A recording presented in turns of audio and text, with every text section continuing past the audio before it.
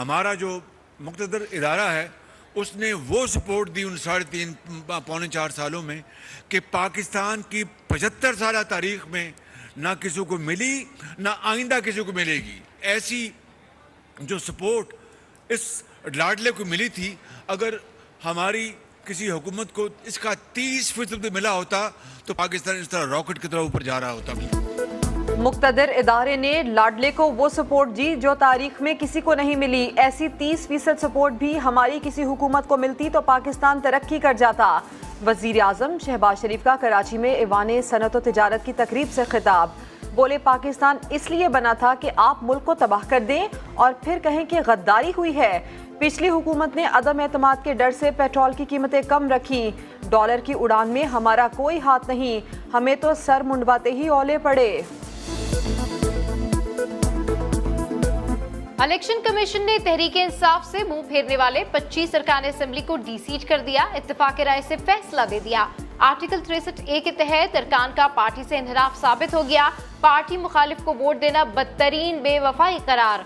मुनहरिफ अरकान पंजाब असेंबली ताहयात नाअहली से बच गए।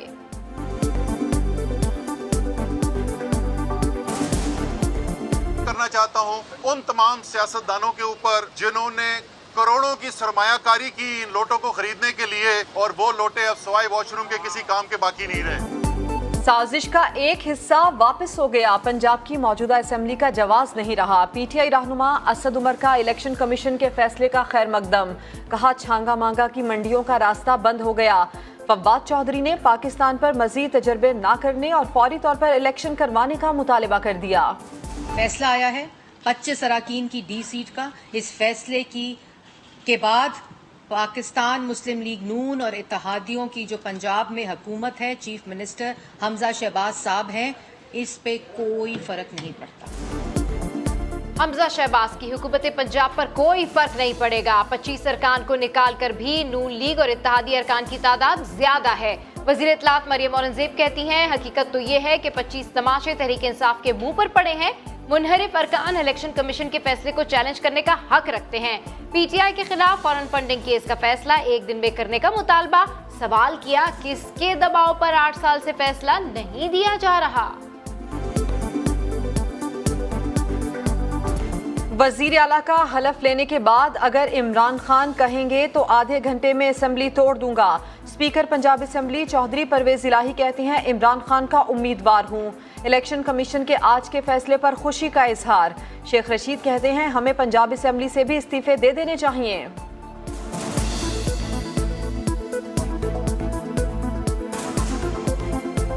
इलेक्शन कमीशन को दिन रात गालियां देने वाले इमरान खान को आज थोड़ी तो शर्म आई होगी, मगर कहां। मरियम नवाज का रद्द-ए-अमल, कहा, पीटीआई कुछ भी कर ले, शेर से पंजाब छीनने का ख्वाब चकनाचूर होगा। पंजाबियों को सूबा फरागोगी की लूटमार और तबाही के हवाले कर देने पर शदीद गुस्सा है। इंतखाबात में हिसाब चुकता कर देंगे।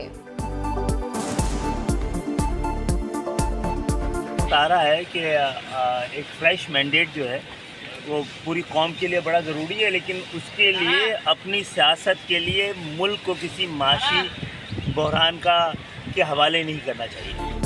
इत्तेहादी एमक्यूएम का एक बार फिर फौरी इलेक्शन में जाने पर जोर। खालिद मकबूल सिद्दीकी ने कहा, अपनी सियासत के लिए मुल्क को मुआशी मुश्किल में नहीं धकेलना चाहिए। खबरदार किया कि हालिया मुजाहिरे कमजोर हुकूमत को मजीद दबाव में ला सकते हैं।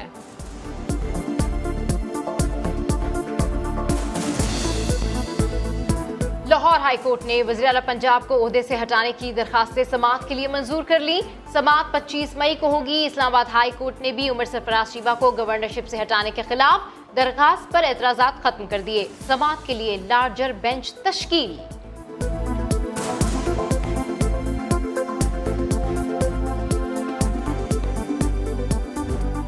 वजीर आजम और वजीर आला पंजाब के खिलाफ FIA का मनी लॉन्ड्रिंग केस। शहबाज शरीफ और हमजा शहबाज का कल अदालत में पेश होने का फैसला।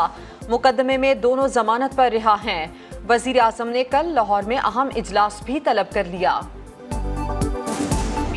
तकर्री की बात हो रही है वो ट्रांसपेरेंट तरीके से, और वो गवर्नमेंट का इस्तेकाक है, वो FIA का भी इस्तेकाक है, लेकिन जो सुप्रीम कोर्ट ने उससे रिलेटेड जवाबात पूछे हैं, नोटिस जारी किया है, उसके ऊपर हुकूमत पाकिस्तान एक मुफस्सल और कंप्लीट आंसर देगी। जितनी भी तकर्रुरियां हो रही हैं वो हुकूमत का इस्तेहकाक है। हुकूमत सुप्रीम कोर्ट के खुद नोटिस का जवाब देगी।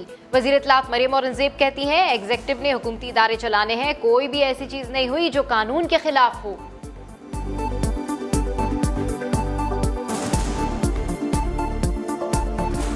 आज मुल्तान में मार्च के हवाले से अहम ऐलान करूंगा, इमरान खान का ट्वीट। तहरीक इंसाफ के मुल्तान में पार्ट शो की तैयारियां मुकम्मल।